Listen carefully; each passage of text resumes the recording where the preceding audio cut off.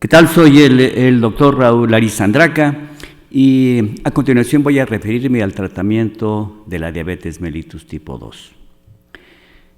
Sin embargo, voy a también hacer referencia a lo que es aspectos generales de la enfermedad, así como la fisiopatología, porque de esta manera se va a poder comprender mejor su tratamiento. La diabetes mellitus tipo 2 es un padecimiento que es muy importante para la comunidad médica mexicana.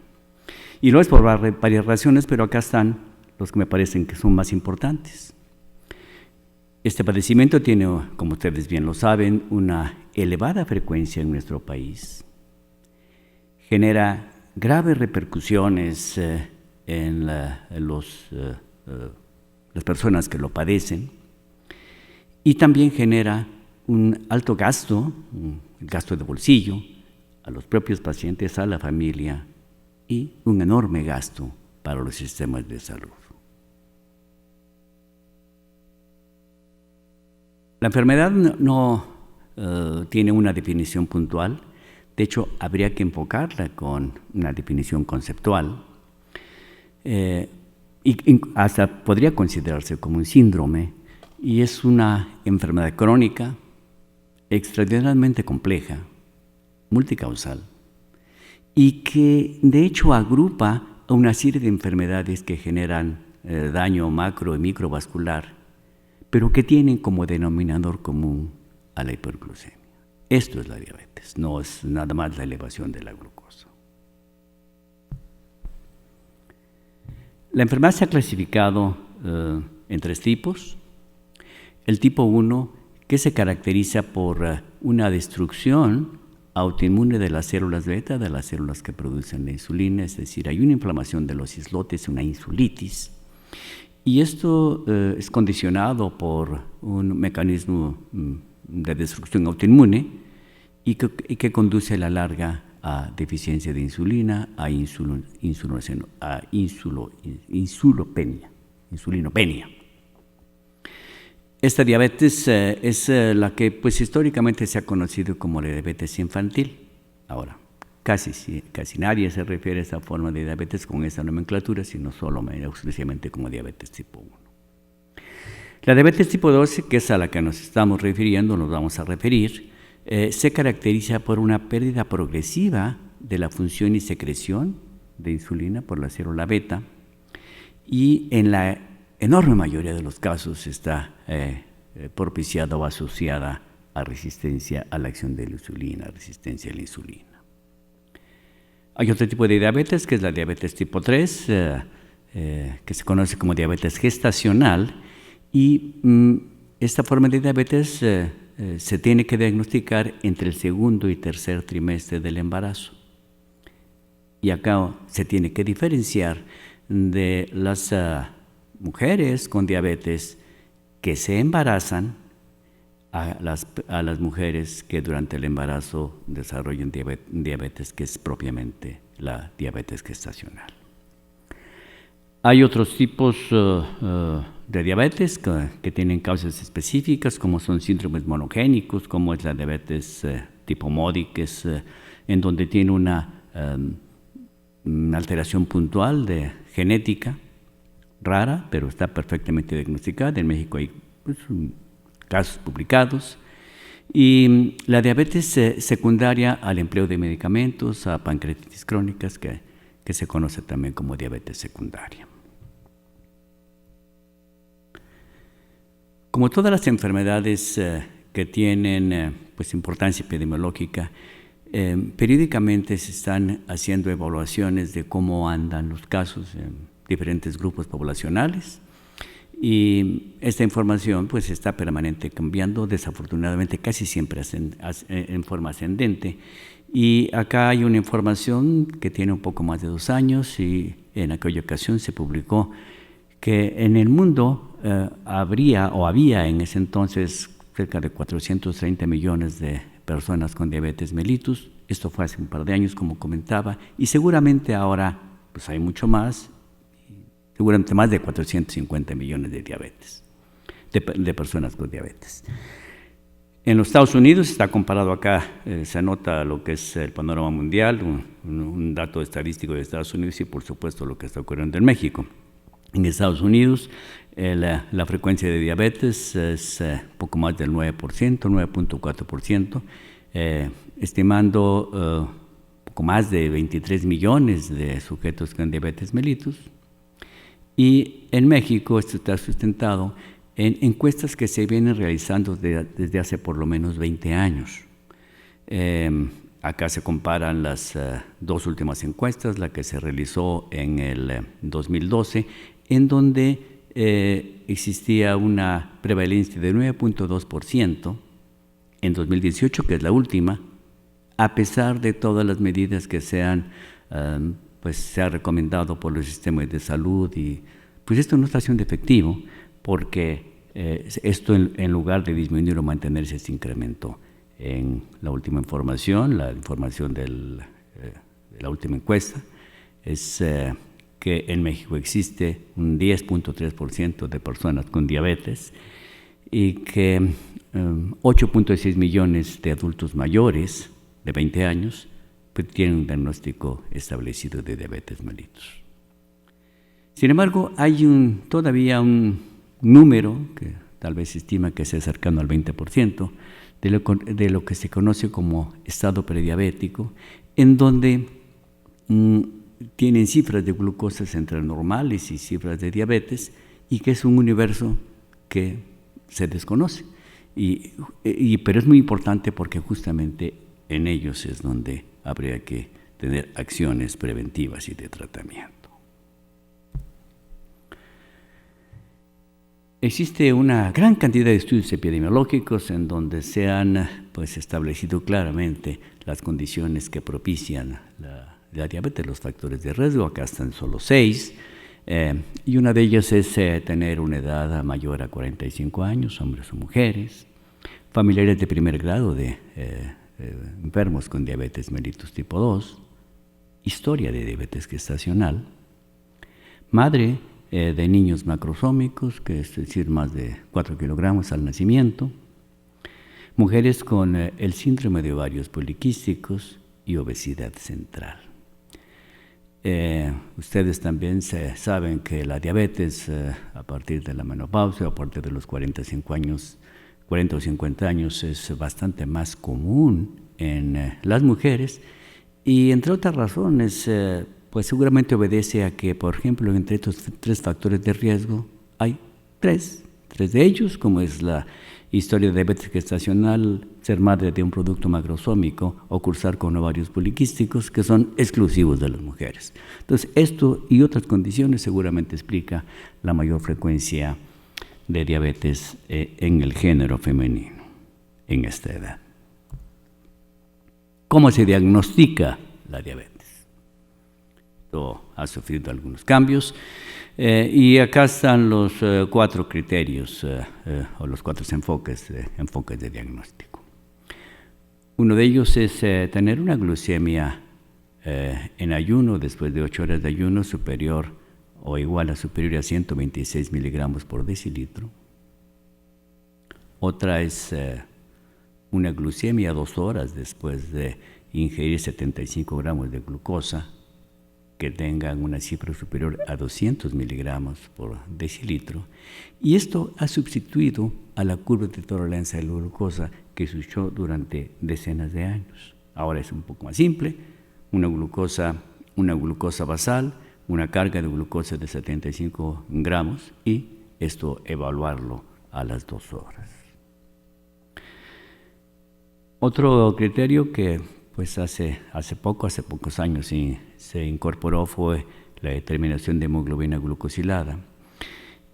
Y como ustedes saben, esto es producto de la glucosilación de las proteínas por la glucosa. Acá las proteínas se azucaran sin necesidad de insulina, y pues prácticamente todas las proteínas corporales pueden tener esta glucosilación.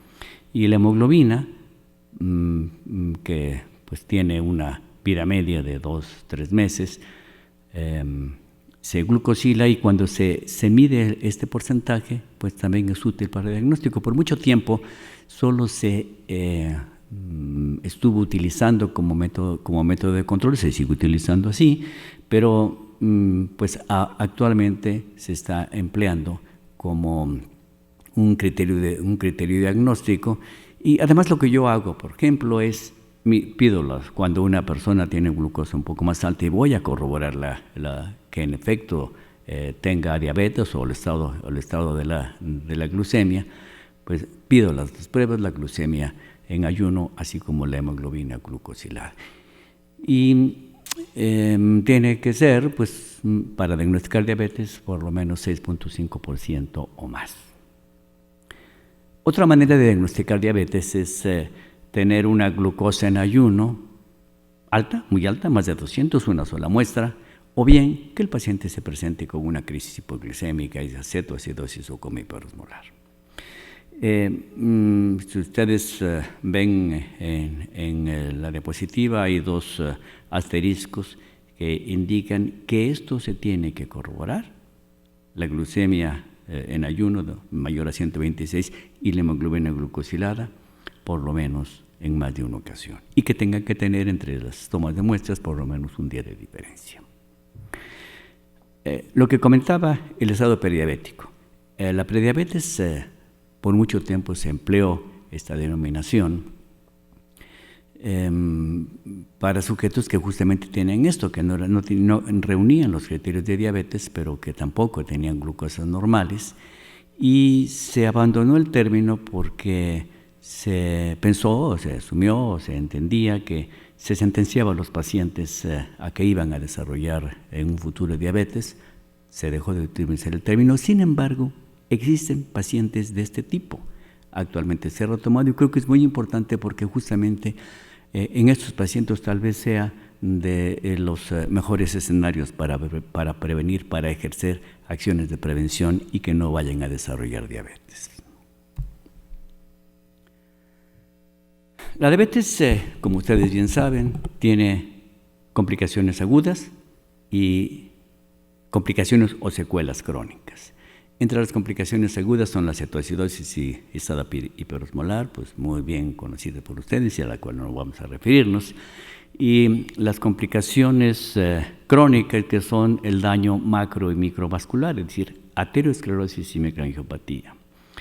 La diabetes es la causa principal de ceguera en nuestro país, es la causa principal de insuficiencia renal crónica, es la causa principal de amputaciones y pues una de las causas principales de muerte, de discapacidad y muerte prematura.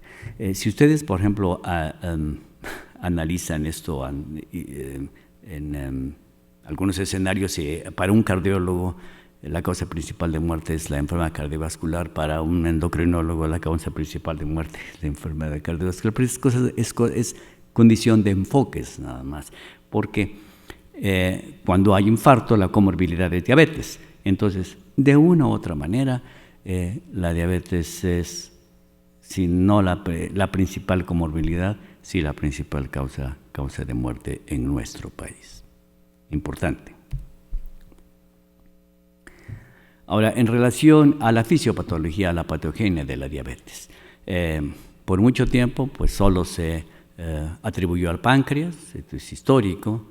Más o menos a mediados del siglo pasado, pues se tenían identificado alteraciones en el páncreas, justamente, alteraciones en el hígado y en el músculo, lo que se conoció como el triunvirato patogénico. Pero ya en los últimos años se han identificado 7 escenarios, 7 órganos que están alterados en la génesis de la diabetes mellitus, que están acá señalados en el esquema. Uno de ellos, por supuesto, que es el páncreas, en donde existen alteraciones en las dos fases de secreción de insulina, la postprandial inmediato y la de insulina basal, la secreción basal de insulina. Esto se encuentra alterado. Hay otro efecto, que es la disminución del efecto incretina. Este efecto incretina es el incremento de insulina, el aumento en la secreción de insulina después de la ingestión de alimentos, solo ocurre con la ingestión de alimentos, ya que en experimentos cuando se administra esta misma cantidad de glucosa, es decir, se ingieren 100 gramos de glucosa y se administran 100 gramos de glucosa por vía endovenosa no ocurre nada, pero cuando se ingieren esos 100 gramos de glucosa, se libera insulina. Se libera más insulina, son células del intestino delgado que estimulan la secreción de insulina en este eje enteropancreático. Son dos órganos. El tercer órgano es el tejido adiposo, en donde se utiliza la glucosa, la grasa como fuente de energía y un incremento de la lipólisis, pero es un círculo vicioso porque finalmente esto genera mucho más resistencia a insulina o más resistencia a insulina.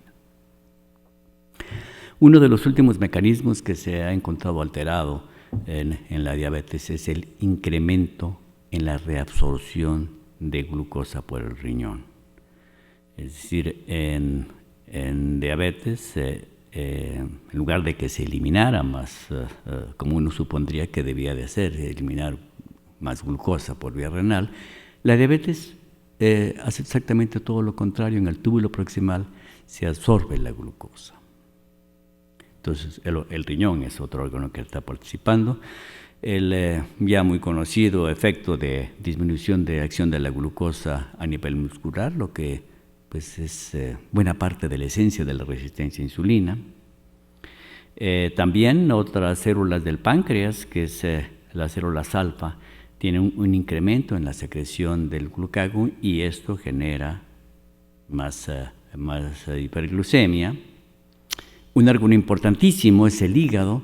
El hígado es el encargado de estar produciendo o mantener niveles de glucosa en periodos de ayuno, en periodos largos de ayuno, y en diabetes hay un aumento en la producción hepática de glucosa, y más recientemente pues se ha encontrado que también las señalizaciones a través del sistema nervioso están alteradas, la señalización de cómo habría que responder o cómo se podría detectar la hiperglucemia o las alteraciones de la glucosa, las fluctuaciones en las cifras de glucosa. Bien, ahora pues ya vamos a hablar específicamente del tratamiento.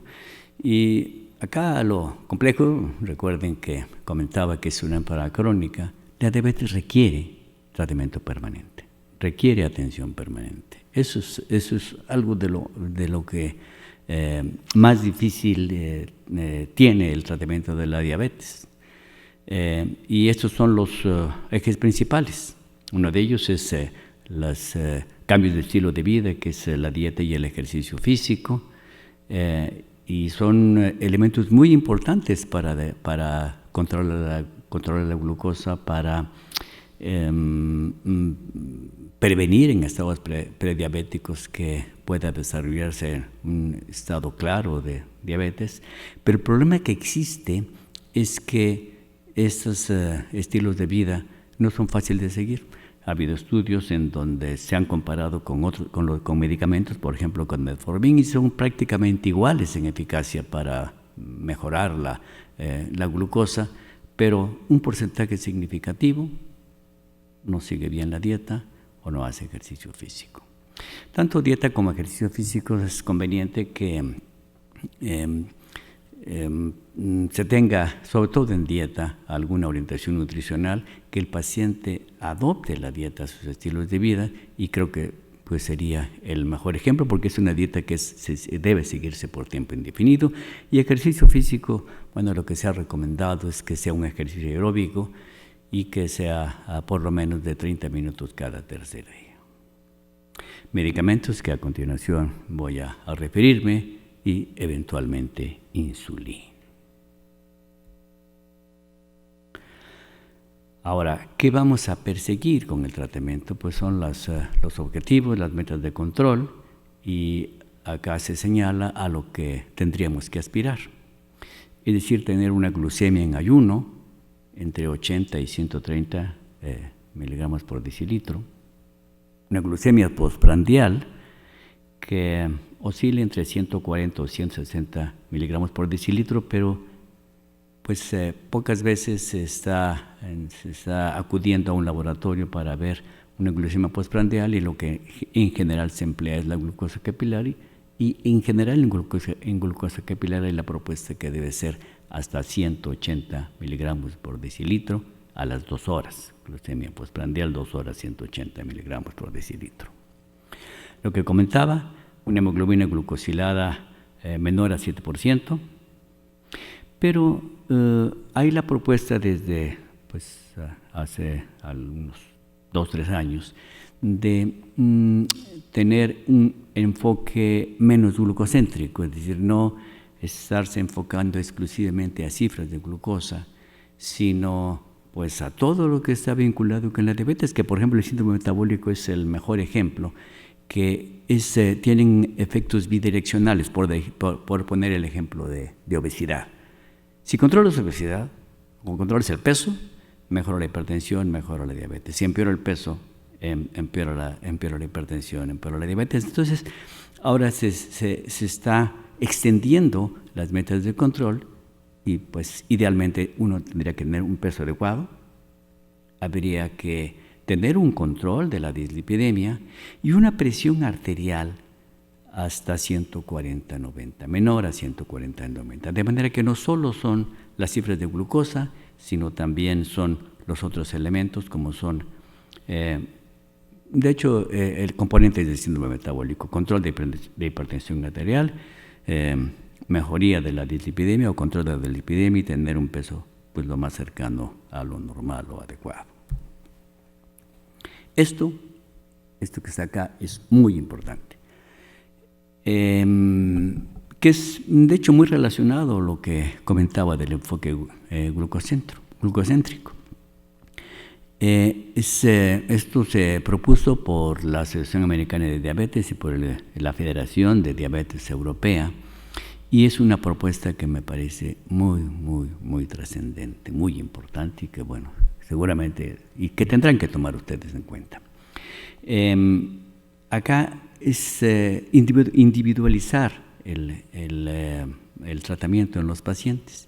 Voy a poner 2 ejemplos, aunque finalmente voy a hacer todo, o a ver casi todo lo que está en el esquema, pero en un extremo está lo que es el tipo de paciente, y en otro en los conitos, los triangulitos, lo que es el control estricto y lo que es el control menos estricto. Voy a poner un ejemplo.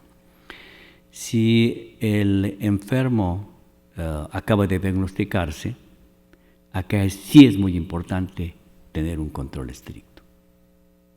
Si el enfermo tiene mucho tiempo de evolución, acá uno podría ser un poco más laxo. En relación al primer triángulo, lo que es los riesgos potenciales de hipoglucemia y de defectos adversos, lo mismo. Si hay un riesgo bajo de hipoglucemia y no es un paciente que tenga polifarmacia, bueno, a lo mejor sí que no hay, a lo mejor se recomienda que sea muy estricto el control. Pero si es una persona que tiene riesgo de hipoglucemia, que toma muchos medicamentos, entonces tampoco hay que ser tan estricto en su tratamiento. Ocurre lo mismo con la expectativa de vida. Si hay una esperanza de vida muy larga, hay que ser muy estricto. Si hay una esperanza de vida corta, pues también ser un poco menos estricto. Ocurre lo mismo con las comorbilidades. Si no hay comorbilidades, pues sí hay que ser muy estricto precisamente para eso, para que se puedan evitar.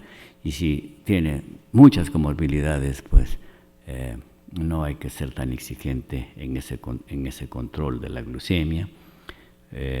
Algo semejante con las enfermedades vasculares, con secuelas de un infarto cerebral, un infarto de miocardio. Y además, otro aspecto importante es que ahora se recomienda tomar en cuenta las preferencias del paciente, el tipo de paciente. Es decir, si es un paciente que es un paciente muy motivado, es un paciente que puede hacer el control, que es fácil, que entiende muy bien los mecanismos, el tratamiento, las restricciones. Entonces, sí, es una persona en la que sí hay que tener un control estricto, a diferencia de pues, las personas que tienen limitaciones y que no tienen a lo mejor recurso económico, en fin. Entonces, en esas personas sí, en todo caso, no habría que ubicarlos en un tratamiento estricto. De manera que este enfoque que se conoce como enfoque estructurado, sí es muy importante y uno tiene que adecuar todo este universo de tratamiento que hay en diabetes mellitus al tipo de paciente. Me regreso al esquema de fisiopatología, pero ahora con enfoque de tratamiento. Hubo un modelo histórico de lo que es el tratamiento de las enfermedades, que era un tratamiento etiológico, un tratamiento de la causa. Esto en diabetes no se puede hacer. Primero porque las causas, como lo comenté y como está ejemplificado en este esquema, son múltiples mecanismos los que están influyendo en su patogenia, y lo que se realiza es un enfoque de los mecanismos patogénicos que están alterados en la diabetes mellitus. Y de acuerdo a eso es que uno va aplicando o indicando el medicamento que se requiere de acuerdo al mecanismo fisiopatológico que esté ocurriendo. Por ejemplo, cuando se requiere mejorar la secreción de insulina, pues uno tendría que administrar sulfonilureas, también las meglitinidas. Cuando hay hiperglucemia postprandial, pues uno tendría que dar medicamentos que potencien el efecto inquesina, como son los inhibidores de la dipeptidasa tipo 4 y los análogos del péptido semejante al glucagón tipo 1. Estos medicamentos mejoran, además de mejorar la glucemia general, mejoran la glucemia postprandial. Si quiere, se quiere o se prefiere o se ve que uno de los problemas principales en el paciente es resistencia a insulina, pues habría que preferir tiazolidinedionas tanto en el músculo, como está en la parte de abajo, como en el tejido graso. Otro aspecto es también mejorar o inhibir la reabsorción excesiva de glucosa, y esos son los medicamentos tal vez más recientes, igual que con los inhibidores de GLP-1, que son los que inhiben la reabsorción de glucosa a nivel del túbulo proximal, y tiene además algunos otros efectos secundarios benéficos que después voy a comentar. Y cuando uno quiere actuar por la célula alfa en el páncreas, pues habría que dar también medicamentos con efecto incretina, como los inhibidores de la IDPP4 y el agonista de GLP-1, metformin, un gran medicamento que es para inhibir la producción hepática de glucosa, y en la que todavía hay por lo menos cierta duda del verdadero impacto de las alteraciones que existen en la señalización de insulina. Pues sería cuestión de administrar la bromocriptina o también agonistas de GLP-1. De manera que acá se estructura el escenario, uno va a ir tomando la decisión de acuerdo a lo que pues uno asuma que está ocurriendo o que está ocurriendo fundamentalmente en ese paciente. Ahora, hablando ya de los principales medicamentos y de las dosis utilizadas, acá están 3 columnas, en donde está en una columna el tipo de medicamento, la dosis inicial y la dosis máxima. Metformina, por ejemplo, la dosis inicial es entre 500 y 800 miligramos de metformina, es decir, una sola tableta, y se puede ir incrementando hasta llegar a 2550. Glibenclamida, 5 a 10 miligramos de inicio hasta llegar a 20 miligramos, no más de 20 miligramos, porque hay más riesgo que beneficio, es decir, hay más riesgo de hipoglucemia, y no hay un verdadero control de glucosa, ¿no? La respuesta se vuelve un poco errática cuando se están administrando más de 20 miligramos de glibenclamida. Glibenclamida, igual que la glibenclamida, también se inicia con 2 miligramos y la dosis tope es 8 miligramos. Las glitazones es la pioglitazona, que es la única que pues de momento existe en México. Se inicia con 15 o 30 miligramos y se llega a una dosis máxima de 45 miligramos. Acá están otra clase de medicamentos, que son los medicamentos con efecto incretina, que es el inhibidor de la dipeptidasa 4, que son la sitaglipina, linagliptina, alcoholglipina y saxaglicina. Todos estos medicamentos existen en México. Su dosis inicial y su dosis máxima.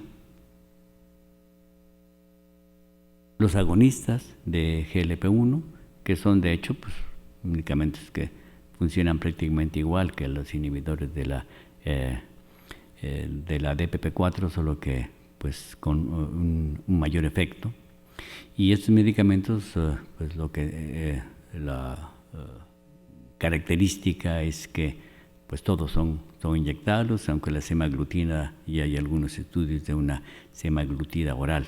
Incluso uno de ellos es una dosis semanal, es la exenatida, de larga acción, y solo se da una dosis semanal y bueno, funciona como si se administrara pues, casi diario los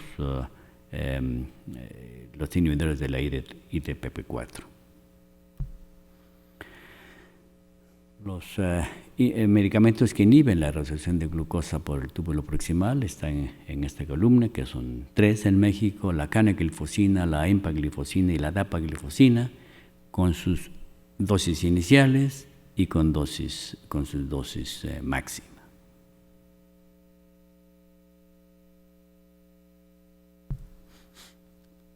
Ahora, ¿cuál es la potencia? La potencia hipoglucemiante o el efecto que tiene esto en la reducción de la hemoglobina glucosilada por estos medicamentos. La metformina, las sulfonilureas y las glitazonas son los que tienen pues, un efecto hipoglucemiante relativamente semejante, que es entre 1 y 1.5.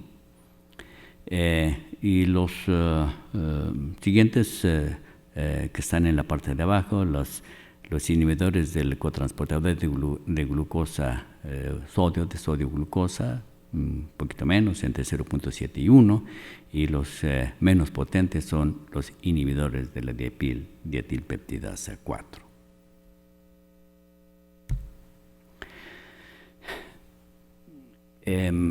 Periódicamente se han estado proponiendo algoritmos de tratamiento, pues esto creo que con el esquema estructurado no es del todo aplicable, pero bueno, acá les presento el algoritmo simplificado de la Asociación Americana de Diabetes y tal vez destacar un par de condiciones.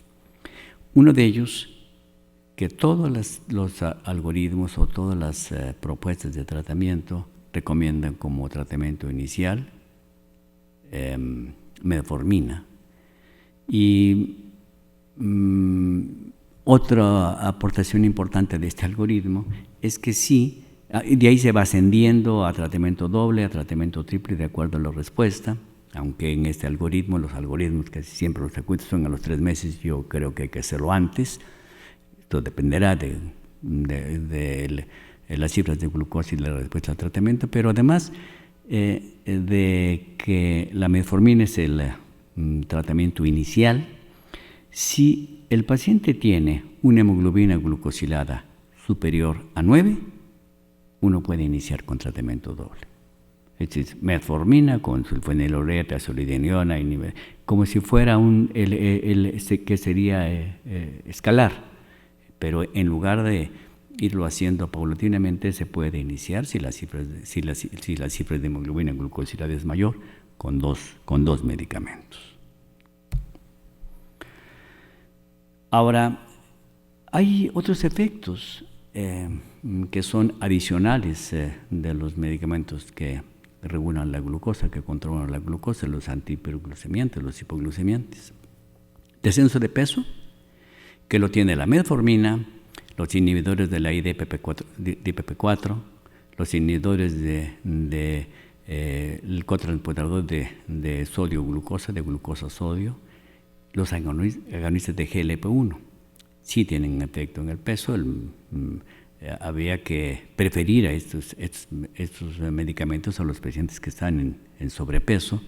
Incluso hay algunos médicos, que yo creo que es algo muy cuestionable, que aún a pesar de no tener una franca diabetes, han recetado o prescriben estos medicamentos para el control de peso, de la mejora de peso. La célula beta de páncreas se controla mejor, se preserva. Hay estudios histológicos que se han demostrado cuando se administra inhibidores de la peptidasa 4 y agonistas de GLP-1.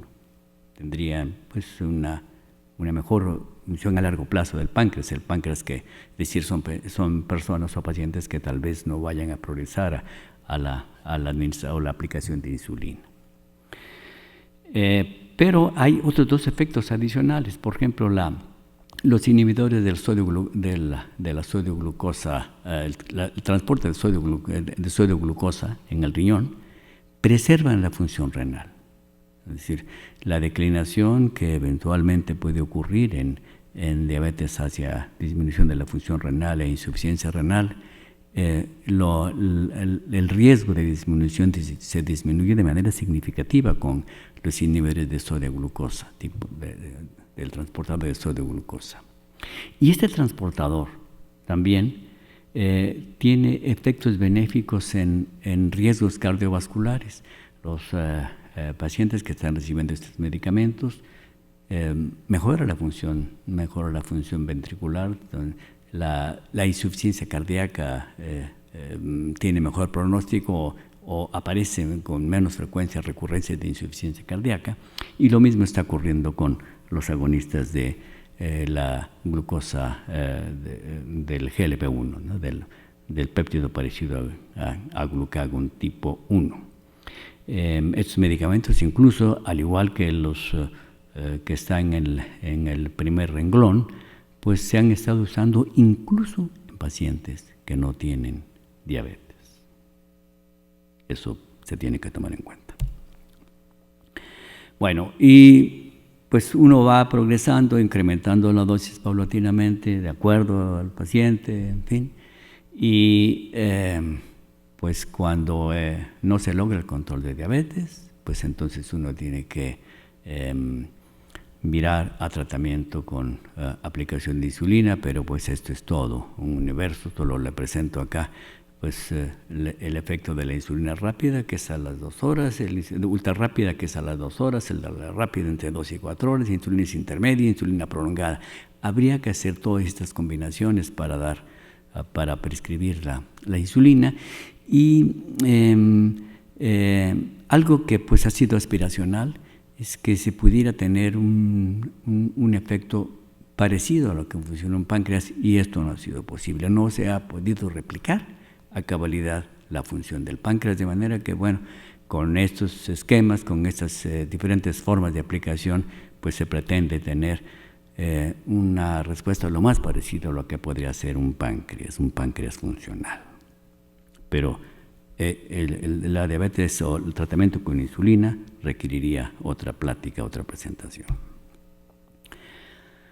Diabetes y telemedicina, esto es algo muy importante, que es algo que desde los últimos años se ha estado pues incursionando específicamente en diabetes mellitus, y empezó con los glucómetros, que ya tienen pues ya un buen número de años aplicándose, pero actualmente a través de teléfonos inteligentes, de programas, de aplicaciones de comunicación por video, hay todo un universo de enfoques de aplicaciones que facilitan el tratamiento de la diabetes. Todavía hay cierta controversia de cuánto mejoran, pero bueno, hay también varios trabajos que han demostrado su utilidad. Pero la utilidad tiene algunos problemas porque pues hay acceso limitado, no todo el mundo puede tiene esta facilidad de tener teléfonos inteligentes y tener aplicaciones, sobre todo las personas mayores, los que no son nativos digitales.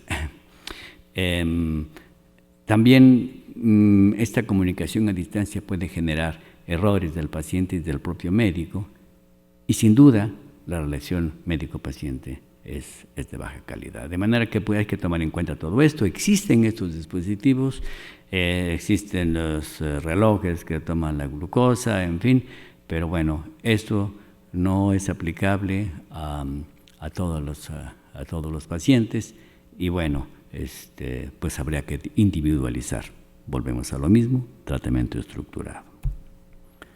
Y algo que no se puede evitar, en la actualidad no hay una sesión médica en donde no se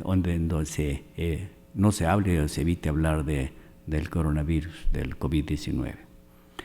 Esto está, pues, lo que presento acá es algo que está demostrado en múltiples artículos, sobre todo artículos ingleses y artículos chinos, en donde se ha encontrado que las personas que tienen infección por COVID-19 y tienen diabetes, esto está directamente relacionado con mayor gravedad y mortalidad con progresión de la enfermedad. También está vinculado con el punto previo, que el descontrol de la glucosa está relacionado con mayor morbilidad y mortalidad. Las causas probables, bueno, pues son las que están acá anotadas. Ustedes saben que los pacientes graves con infección por COVID-19 que progresan a tormenta de citocinas son los pacientes que tienen una respuesta inflamatoria sistémica muy importante, y las personas con obesidad y las personas con diabetes tienen un estado inflamatorio crónico subclínico, o lo que han llamado inflamación de baja intensidad, que se ha relacionado con aterosclerosis y con muchas otras condiciones, de manera que estos pacientes tienen aumentado las adipocinas, aumentado la interleucina 6, y bueno, ese es el escenario pues ideal para que esto pueda progresar, ¿no? Pero además, por si esto fuera poco, ustedes saben que un elemento muy importante para defendernos del COVID-19 es la función, el linfocito T hiperrespondedor, y justamente en diabetes hay una disminución de la función del linfocito T, de manera que se está dando todo este escenario para que los pacientes tengan un mal pronóstico, y está demostrado desde el punto de vista epidemiológico, y hay bases fisiopatológicas que así lo apoyan. Y actualmente es algo que, bueno, está ocurriendo, que no está de hecho evaluado, pero en este confinamiento, en este aislamiento, las personas se encuentran en su casa, hay sedentarismo, no están haciendo pues la actividad física pues, que habitualmente realizan, o que si algunos de ellos estaban realizando ejercicio, pues ya no salen a caminar, en fin. Y también el confinamiento pues está propiciando mayor ingesta calórica, de manera que pues también hay un escenario de que pues se están agravando, y no sabemos lo que está ocurriendo, pero todo pues parece ser que mayor sedentarismo y mayor ingesta calórica debe estar repercutiendo en descontrol de diabetes, y un círculo vicioso, ¿no? Descontrol de diabetes, infección con mayor movilidad, mortalidad, en fin. De manera que, bueno, pues esto es una cosa que también tenemos que atender. Y ya para finalizar, la diabetes mellitus, como pues lo comenté en uno de los diapositivas, es una enfermedad extraordinariamente compleja que requiere tratamiento multidisciplinario y vigilancia permanente. Actualmente lo que se recomienda es el tratamiento estructurado, es decir, identificar el perfil de paciente y de acuerdo a esto seleccionar el tratamiento. Pero sin duda, doctores, la mejor estrategia terapéutica para abordar a la diabetes es tratar de factores de riesgo e identificar oportunamente la enfermedad. Muchísimas gracias.